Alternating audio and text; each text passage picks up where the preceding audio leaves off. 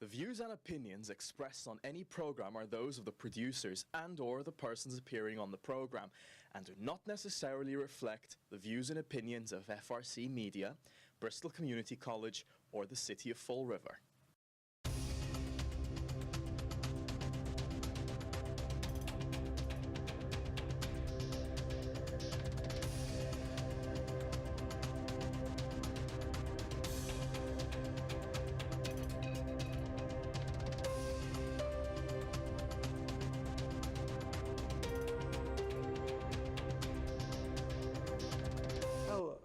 Hello everyone, welcome back to another episode of Community Chat with Collin. I am your host, Collin Dias. Today is Wednesday, September 6th, and we have a good show prepared for you guys today.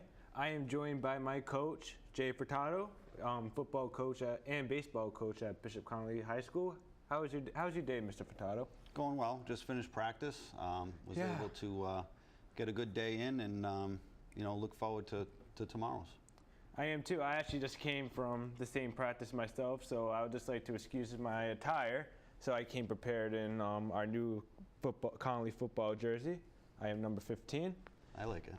Yeah, it's a nice jersey. I'm actually really happy I had number 15. Nice. Yeah. So let's talk about the football program. Give us, so how long have you been a head coach for? This is my first year as head coach of the football program at Connolly. I've been an assistant in the past, both on the high school and collegiate level since 1996. Nice. Have you played football yourself? I did. I'm a 1993 graduate of Case High School, where I played 3 sports: hockey, baseball, and football. I was able to earn an athletic scholarship for football. University of New Haven, and then transferred to UMass Dartmouth, where I had a pretty good 3-year career that culminated in the Golden Helmet Award, signifying the top collegiate football player in New England for the year 1997. Nice. What positions did you play? I was a quarterback in college. High school, I played some defensive end and quarterback as well. Nice, nice. So, why did you decide to come to our school, Bishop Connolly? There were numerous reasons. The biggest being the opportunity to co-op with Westport, I think, is a huge attraction for any football coach to be able to draw from two schools. But also the ability to coach a specific student athlete like we have at Connolly. If you've coached before, you're coaching a different student athlete at Connolly, and that was a huge attraction for me. Guys like yourself. Right, and our numbers have been going up steadily since you've arrived. We've gone from, what did we start with? We started around 14, 15. Now we're around 20, and we had 21 in helmets today, which was great to see. Yeah, I was really happy to see that myself. I've been going around recruiting people, trying to make people play. Sure. Because football is a lot to it. Like, it's just not a bunch of meatheads going out and hitting each other. There's a lot of mental preparation that needs to go into the sport. And and honestly, I think some of the smartest people play football, in my opinion. What are some of your goals for the franchise, our program here at Bishop Connolly? Well, the main goal, I want to break it down, I guess. Our goals for this season, because of the low numbers, because of the amount of freshmen we have, only having one varsity program, because of the amount of kids who are playing that have never played the sport of football before. Our goal as a staff this season is to establish ourselves as a good, tough-nosed football team, but like you said, one that knows what we want to get accomplished, how to get it accomplished, and basically to teach the game of football in a way that's going to keep kids safe, allow them to be successful, and by the end of the season, I'm hoping to say, we've taught the game of football the right way to play it, tough way to play it, but keeping kids safe at the same time. Right, and that is an issue that has been brought up by many parents, and that is why many parents don't allow their son or daughter to play the sport, is mainly because of the concussion issue or just any bodily injury that could happen in the sport. How are we as a program taking steps to make sure to prevent that any way we can? You know, having been with us since August 18th, we're teaching a different way of tackling, one that has been adopted by many schools and even professional ranks. What they call the hawk tackle or the rugby tackle, and essentially, to break it down quickly, it's taking the head out of the tackle. You're absolutely right. The concussion issue is a huge issue for parents. So what we're trying to do is we're trying to teach the way of tackling where we can eliminate the head from the tackle, and therefore seeing less head contact and things. And to go along with what you were saying, Collin, the parents are have the right to be concerned, absolutely. But I guess what I want to say to the people out there is, the injury is going to occur, in any sport that you're playing. But there are other sports that they've seen have had more instances of head trauma. I know what you're talking about. I know the exact science. And doesn't mean that it's eliminate or it can't happen in football. It does happen. It's going to happen in the future. But I think that we can prolong the sport of football and make it better by making some of the changes like we just talked about, taking the head out of the tackle and trying to make it safer, a safer way to play. And to go along with your comment earlier, make it more of a mind game, rather than, brute strength, slam, smash everybody together, and whoever's bigger, stronger, wins. We believe, as you know, that we don't have the biggest kids, we don't have the strongest kids or the fastest kids, but we believe we're going to win, and the way we're going to win is by knowing what's coming at us and knowing how to defend that, stay healthy doing it, and find the holes and the gaps and the things that we need to find to be successful. Right, and the concussion issue is not just for the high school. It's many studies showed it's at an NFL level too, and like you said, that this hawk tackle came from the Seattle Seahawks. Correct. Yep. And they're taking ways, and they have a very hard-nosed hitting program. They're a great defense that I respect, and I believe if we follow the steps that we're taught, we could go in a great direction with the sport. About the hawk tackle, can you just explain, maybe, you explained it to us plenty of times, can you explain it to the audience how to maybe just do the simple steps? So again, it's taking the head out of the tackle. Now, how do you do that? In the past, the way I was taught when I was your age was you wanted to get your head across the body of the person running the football. You wanted to put your helmet on the football. Hawk tackle, we're tackling the near side hip. So our head is never going across the runner. We're tackling the near side hip with the near side shoulder. Our what we call cheek to cheek, nice and low. We're wrapping thighs. The object is to get the person on the ground. It's not to, that's the bottom line, is we're trying to get the running back on the ground. And the way that you're going to do that is securing the legs. Right, make sure it doesn't move. Exactly. Trying to bring those thighs together as we talk about, wrapping the thighs, cheek to cheek, head on the side, not allowing us to take side impacts to our heads, chin up, face up, those type of things. And like you said, the Seattle Seahawks adopted it. Pete Carroll adopted it back when he was with USC, actually.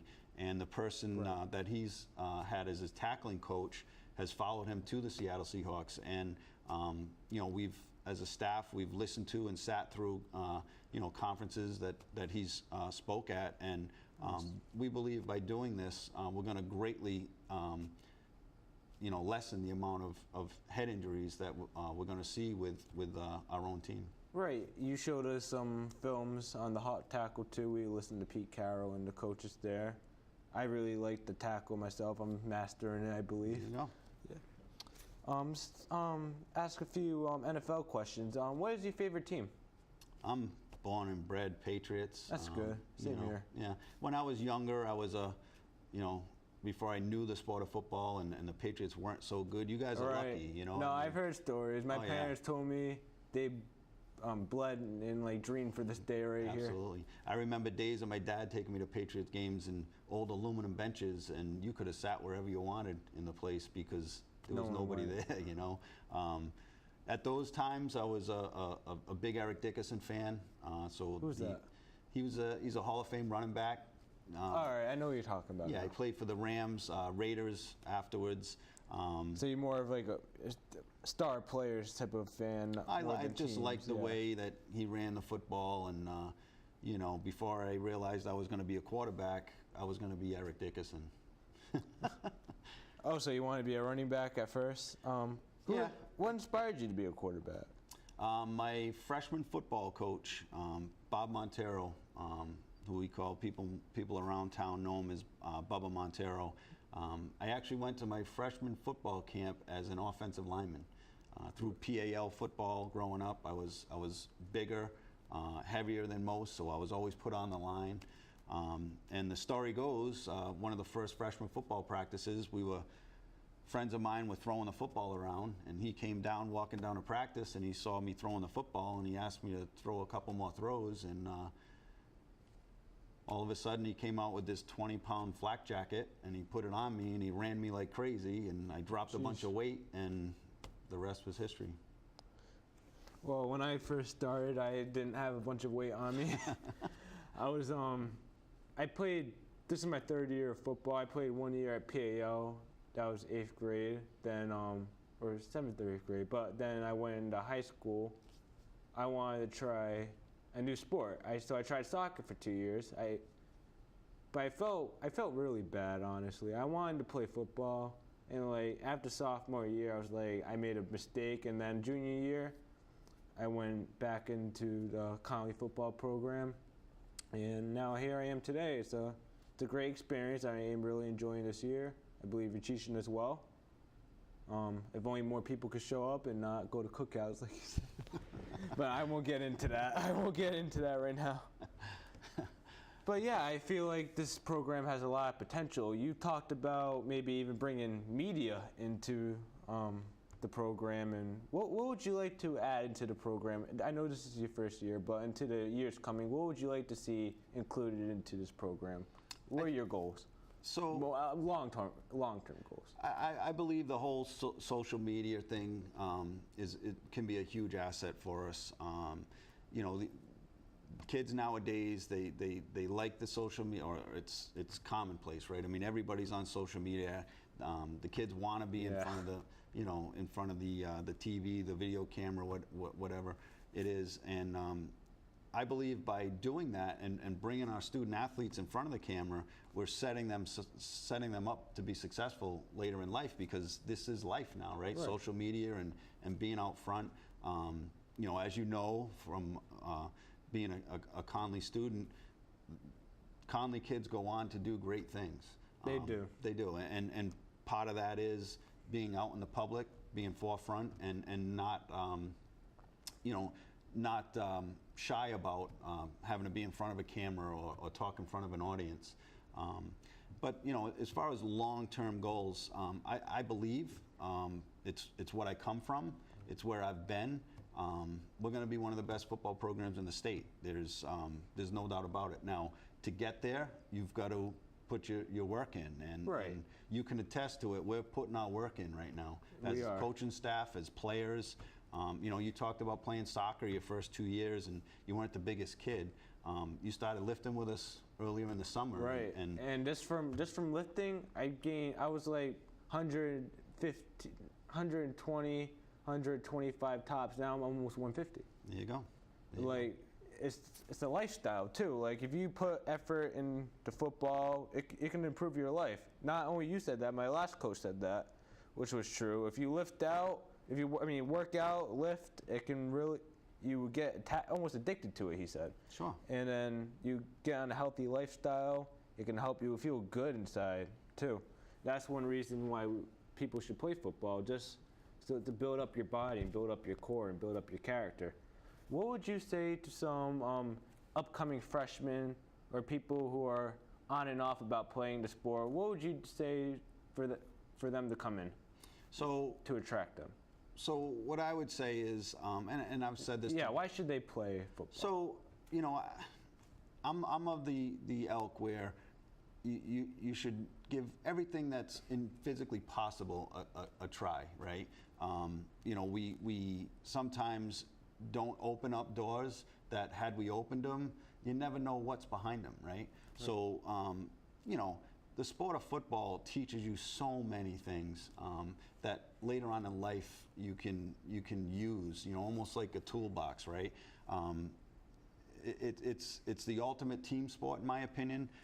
We all go on and hopefully be successful in the workplace, and you're going to have to be a part of a group where you work together, and people pulling in the same direction, and these are all things that are taught through the sport of football.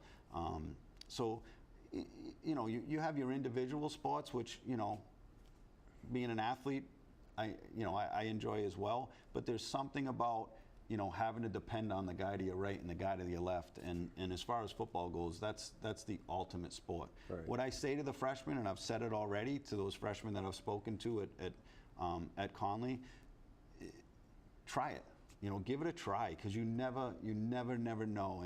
And I can't tell you how many kids that I've played with, that I've coached, that have now gone on to do great things, and they come back and they say to me, if I didn't play football, I don't know if I'd be here today, doing what I'm doing.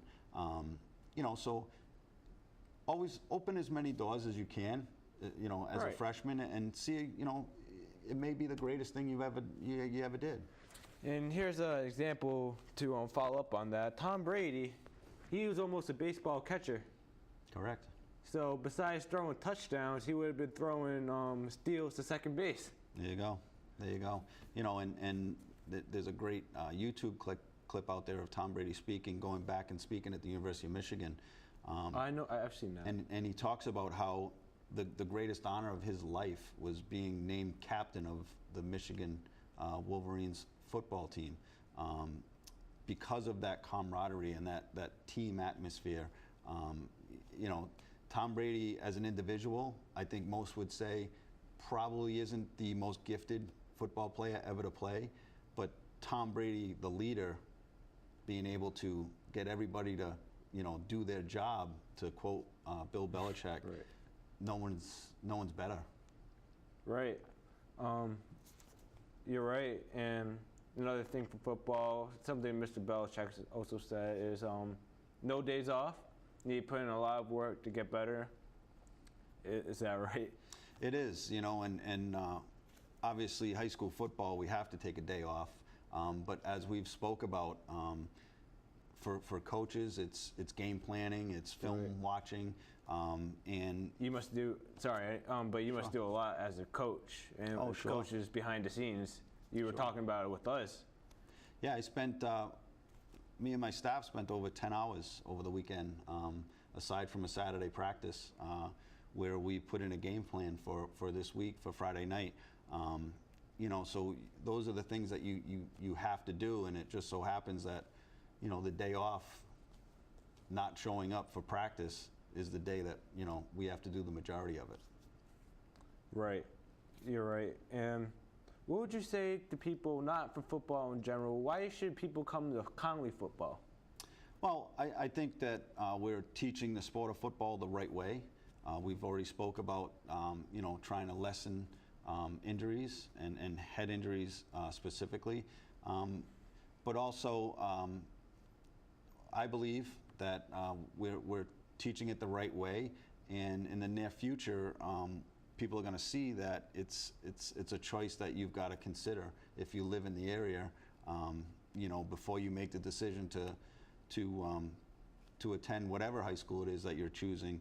If you want to play football, get it taught the right way, and be part of a successful program, Connolly football in the very near future is it's going to be tops of the list, I believe. That's good. While I was at, I just want to talk about a flashback to when I was at camp. I was at camp and we're talking about, it was a defensive segment, and we're talking about hawk tackling. I'm surprised that hawk tackling is really effective, in my opinion, and not all the teams do it. Some teams did I think, a more traditional stance. So how do we get people, more teams, to switch over to the more safer hot tackle? You're right. First of all, there are teams, programs that believe that the hawk tackle isn't the way to tackle, and in my opinion, those reasons are they don't think it's as effective. But if you gave me a half hour to sit down and try to change your mind about that, I think I could. People watch this film. Sure, absolutely. And again, I'm going to go back to what I said earlier, right? The object is to get the running back on the ground. Right. And if I'm wrapping those legs and bringing those legs together, that running back can't move, right? Right. So, but there, I think with anything, Colin, there's going to be resistance at first. Yeah. But I'm a firm believer, and I think that most people would agree, if we don't make these changes, the sport of football, you're going to see less kids playing. And in my opinion, there's really no real reason that should happen. There's an effective way to teach a healthy game of football where kids can go on and do great things and not experience some of the things that you're hearing on the NFL level from guys that are 35, 40 years old that have been doing it for 20, 25 years. That's a lot of contact. That's, if you broke down the hits, there'd be, if not thousands, hundreds of thousands of collisions that they've taken. High school, as you know, we've reduced the amount of contact per week. The MIA allows 90. We're doing about 45, so it's about half of our allotted time. We're doing full scrimmages, as you know, or full contact. So lessen the amount of contact, teaching the technique of tackling. We believe we're going to see on Friday night, a more secure way of tackling where we're not losing kids to head injuries. All right. I'd just like to say Friday night we are going to Mashpee. What time? Can you say what time the game is? Game is at 7. Heading down to Mashpee. It's a little bit of a trip, but as you know, we've put a nice little spectator bus together. I actually just went by Mashpee the other day. I was in Falmouth, and yeah. Okay. Yeah. It's a little ride. It's going to be a little bit of a ride for us, but I believe it's a great start. We're playing a great football team. I'm being told that it's probably going to be the best football team we'll see all year long, and to get them right off the bat, I think is a good. It sets us up to get a good idea as to where we're at, the work we've put in, and where we need to go, moving forward. But I'm looking forward to it. I'm looking forward to it too. Absolutely. I just like to say something I've heard as an idea to lower the concussions. I don't believe in this. I don't think you would either. But it was sort of a radical idea that was put out. It was to actually remove the helmets from football. The concept would be people would avoid hitting each other in the head because they would have no helmet, and the muscle memory would prevent that. Have you ever heard of that before? I have heard of it, and essentially, you're if that were to happen, you're playing rugby, right? So there is a sport that you could see where it's very much similar to what you're talking about. Now, what we believe in, as you know, is sometimes taking the helmet off to teach, taking the helmet out of the taking the head out of the tackle can be very beneficial. To tell a kid to take the head out of the tackle, but leave the helmet on most times, it's going to take a little bit longer to achieve what you want them to achieve. But if you go through some different drills where there's no impact, removing the helmet, the athlete's going to do a better job of removing the head from the tackle, keeping it to the side. So as far as practice and teaching the proper way of tackling, the tackle we're talking about, there's benefits to taking the helmet off to do some of those drills. But I'm hoping that we don't see a football in the future where we're I don't agree with that either. But we actually have a former rugby star on our team now. Am I correct? Yes. We have a freshman, Delkin Rigo, whose father is a very successful rugby coach. He's been a huge asset for me. He's put me in contact with some great contacts as far as coming up with different drills and different things that I can try and work with our staff, aside from what we've learned from the Seattle Seahawks and the way they're doing things. So he's been a huge resource for us, and we're hoping, Delkin's only a freshman now, but we're hoping in the near future, once he puts a little size and strength on that. Right, put him in the weight room. That's it. He'll get big. Yeah. I know it.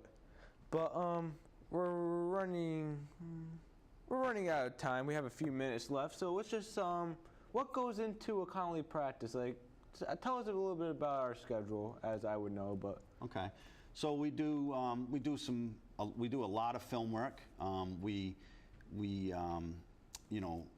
Right. watch ourselves on film. As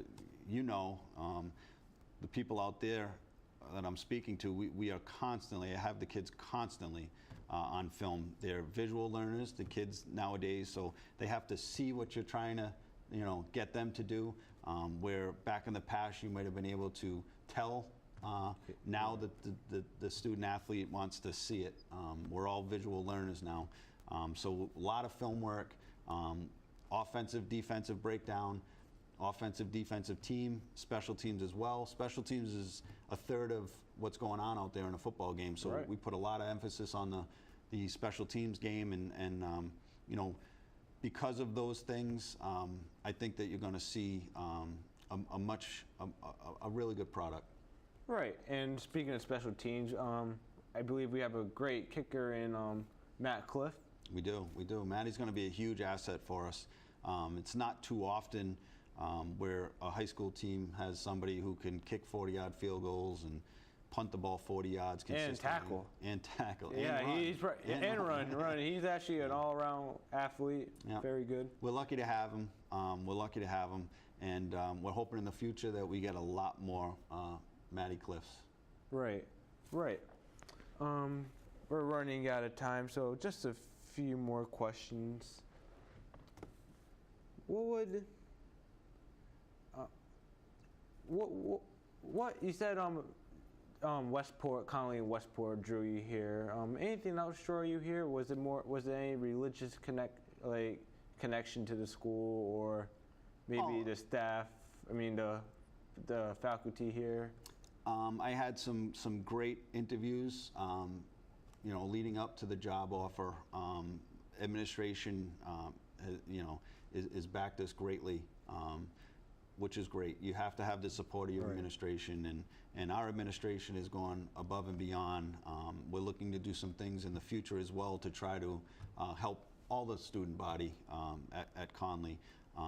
We're trying to secure funds for a nice fitness center upgrade, which will benefit faculty. Everyone, not everybody. Even if you're fully in football, it's a nice everybody, way. Every sport.